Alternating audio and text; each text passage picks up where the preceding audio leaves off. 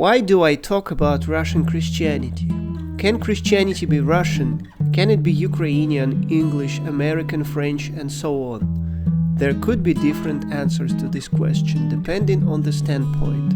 If you ask a strict theologian, a scholar reading the Bible literally, the answer is probably going to be no. There was an initial division of the people of Israel and Gentiles, but the work of Jesus Christ and Apostle Paul made this distinction obsolete and declared a universal salvation for the whole mankind.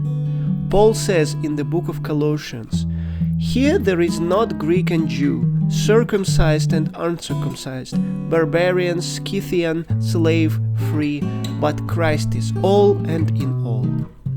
However, more pragmatic and practical theologians, and especially social scientists and historians, would probably agree that there are multiple forms of Christianity, some of which are shaped by a particular people. This does not necessarily mean that every country has its own Christianity, although there are always local specificities determined by history, culture, language, legislature, and many other factors.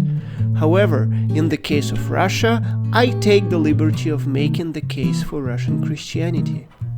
When Russia became officially Christian around the year 988, it was a pragmatic step towards the integration with the powerful Byzantine Empire.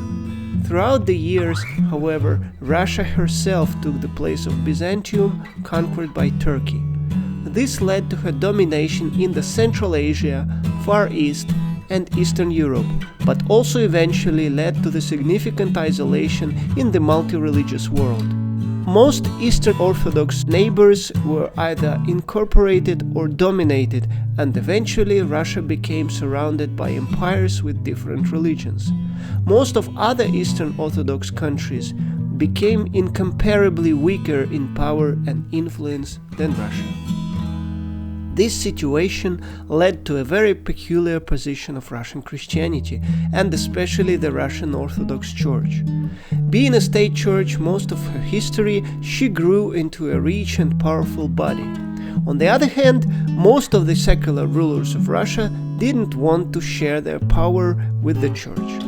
With the exception of two brief periods in the 17th century, the church has never really enjoyed the true symphony, a joint rule of the secular Tsar and the church patriarch.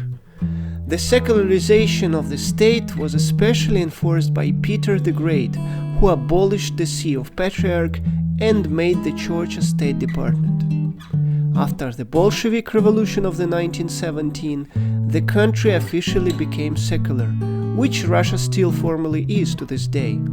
The church was almost totally destroyed by Lenin and Stalin, to be brought back by the latter only under the total state control.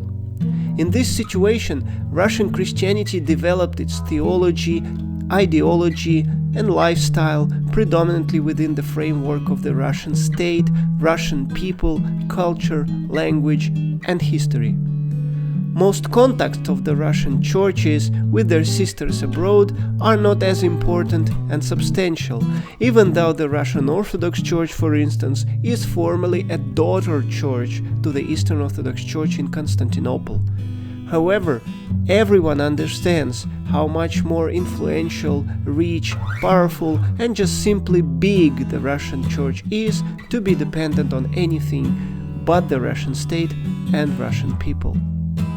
Please like the video, leave a comment, and subscribe to the channel. I see you all next time.